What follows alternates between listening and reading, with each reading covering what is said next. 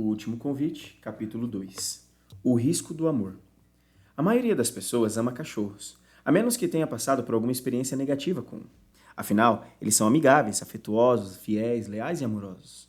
Aliás, alguns cachorros, chamados de cães de serviço, são usados para ajudar pessoas com problemas emocionais, tamanho seu efeito calmante e consolador. Quem não gosta de fazer carinho em seu pelo macio? É claro que os cachorros também dão trabalho. Eles podem morder, sujar tapetes, ficar doentes, estragar móveis, soltar pelos, tudo isso além das despesas para mantê-los alimentados e saudáveis. Quase todos os donos de cães, até os mais apaixonados, pensaram em algum momento: vale a pena todo esse trabalho? No entanto, suponhamos que você pudesse ter um cão que nunca suje os tapetes da casa, jamais adoeça e não seja preciso gastar um centavo para mantê-lo saudável. Quem não aproveitaria a oportunidade de ter um cachorro assim? Na verdade, você pode. Que tal um cão robô, por exemplo? De acordo com uma fabricante japonesa, seu cão eletrônico é um verdadeiro companheiro com emoções e instintos reais. Com a amorosa atenção de seu dono, ele se tornará um amigo mais maduro e divertido com o tempo. O cão tem emoções e instintos verdadeiros, programados no cérebro, alegam seus desenvolvedores. Ele age para satisfazer os desejos criados por seus instintos. Quando satisfeito, seu nível de alegria aumenta. Quando não, ele fica triste ou bravo. Como qualquer ser vivo, ele aprende a conseguir o que quer. Às vezes, mexe as pernas vigorosamente ou dá sinais de raiva quando não recebe o tipo de atenção que solicitou. A maneira como o dono reage às expressões emocionais desse cão eletrônico influencia muito a personalidade e o crescimento dele. Embora seja de plástico e carregado por uma bateria, ele tem um sistema nervoso de circuitos integrados que fazem dele um companheiro totalmente consciente, sensível, amoroso e comunicativo. Emoções, instintos, desejos. Robôs não têm mais emoções, instintos e desejos do que a pia da sua cozinha. Afirmar que o cão robótico é um companheiro totalmente consciente, sensível, amoroso e comunicativo equivale a atribuir traços de vida inteligente a um monte de plástico e metal. Mal conseguimos entender como tecidos vivos e células cerebrais são capazes de abrigar, criar, manter e resgatar emoções e desejos, e devemos agora acreditar que alguém conseguiu fabricar um cão eletrônico que manifesta amor, alegria e felicidade? Apenas se certifique de carregar a bateria, então amor, alegria e afeto fluirão pelos circuitos, chips de silicone e plásticos como fótons de uma fonte de luz. A ideia é completamente ridícula. Achar que o balançar computadorizado de rabo do robô seja uma expressão de felicidade seria o mesmo que atribuir moralidade aos códigos de um recurso que bloqueia o acesso de seus filhos a certos sites. Se a ideia de um cão eletrônico que demonstra afeto e amor o incomoda, e se não quer que um robô substitua seu pet de carne e osso, então você entende a essência do conflito cósmico. Em vez de criar seres que no céu, como os anjos, quer na terra, como seres humanos, que funcionam como robôs, Deus os criou com a capacidade de amar. Em lugar de robôs, fez-nos seres morais com a habilidade de amar tanto a Ele como a outros. Essa capacidade inclui a liberdade inerente ao tipo de amor que somente um ser livre é capaz de oferecer. Amor forçado não é amor. Uma vez que Deus queria seres capazes de amar, precisava criá-los livres. Livres de verdade. Quando tudo começou. A liberdade verdadeira acarreta riscos. Por exemplo, a Bíblia conta sobre o abuso da liberdade por parte de um anjo chamado Lúcifer. Diz: você era um querubim da guarda que foi ungido. Eu o estabeleci.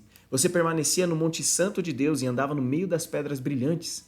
Você era perfeito nos seus caminhos, desde o dia em que foi criado até que se achou iniquidade em você. Ezequiel capítulo 28, versos 14 e 15. Lúcifer era um ser celestial, um anjo criado por Deus. E como Deus o criou? Você era perfeito nos seus caminhos, desde o dia em que foi criado. Perfeito? Porém, o que aconteceu com esse ser perfeito? Até que se achou iniquidade em você. Iniquidade encontrada em ser que era criado perfeito por Deus? Como isso pôde acontecer? Porque essa perfeição incluía liberdade, liberdade moral, a qual Lúcifer violou. O mesmo princípio se aplica aqui. Gênesis 1 e 2 revelam Deus criando vida na terra, o que incluiu Adão e Eva, ambos criados à imagem de Deus. Assim Deus criou o ser humano à sua imagem, a imagem de Deus os criou. Homem e mulher os criou. Gênesis 1, 27. Quando a criação foi concluída, o próprio Deus a considerou muito boa. Versículo 31.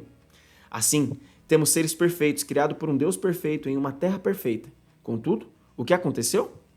Gênesis 3 revela que pelo engano da serpente, versículo 1 a 6, esses seres perfeitos caíram em pecado. Pecado é mais do que um erro, um ato. é um estado de distanciamento de Deus. Como isso pôde acontecer? Aconteceu porque sua perfeição incluía a capacidade de amar. Como vimos, o amor requer liberdade, e isso significa a possibilidade de escolher o caminho errado. Com isso em mente, leia o seguinte texto bíblico. Então estourou a guerra no céu. Miguel e os seus anjos lutaram contra o dragão. Também o dragão e os seus anjos lutaram, mas não conseguiram sair vitoriosos e não havia mais lugar para eles no céu. E foi expulso o grande dragão, a antiga serpente, que se chama Diabo e Satanás, o sedutor de todo mundo. Ele foi atirado para a terra e com ele os seus anjos. Apocalipse capítulo 12, versículos 7 a 9. Mal, rebelião, guerra, tudo isso começou no céu perfeito de Deus, com a queda de Lúcifer. Em seguida, Lúcifer, agora chamado de Diabo e Satanás, veio à terra para trazer sua rebelião sob o disfarce da antiga serpente. Conferir Gênesis 3, 1 a 6. Em suma, embora o conflito cósmico tenha começado em outra parte do universo, ele se transferiu para a Terra. No entanto, Deus não poderia ter impedido tudo isso de acontecer desde o princípio? Ele poderia ter criado seres humanos sem a capacidade de amar. Poderia ter feito uma raça de robôs que em tudo que fizessem não iriam nem poderiam amar. Mas Deus quis um relacionamento fundamentado no amor. E caso tivessem nos robotizado, isso não seria possível. Não poderíamos amá-lo, da mesma forma que uma geladeira é incapaz de retribuir amor ao seu dono. Quem sabe ele pudesse ter eliminado Lúcifer no instante que este começou a sua rebelião. Mas essa opção também não funcionaria. Suponhamos que você seja um líder amável e cuidadoso para com seu grupo. Então, por algum motivo totalmente injusto, uma pessoa começasse uma rebelião, acusando-o de ser maldoso, egoísta, arbitrário e ditatorial. Como reação, mesmo antes de um julgamento, antes de permitir que apresentem um caso em sua presença e diante dos outros, você enfileira os rebeldes e os fuzila. Dessa forma, você terá acabado com a rebelião. Mas e as acusações feitas contra você? Seus atos terão provado exatamente as queixas feitas contra a sua pessoa. Você de fato seria maldoso, egoísta, arbitrário e ditatorial. Se você fosse um líder maldoso que governasse pelo medo e por ameaças, simplesmente assustaria as pessoas e elas levaria a obedecer por medo. No entanto, as Escrituras ensinam que o Senhor é um Deus de amor. Ele age pelo amor, não pelo medo. E nós conhecemos o amor e cremos neste amor que Deus tem por nós. Deus é amor, e aquele que permanece no amor permanece em Deus e Deus permanece nele. 1 João capítulo 4, versículo 16.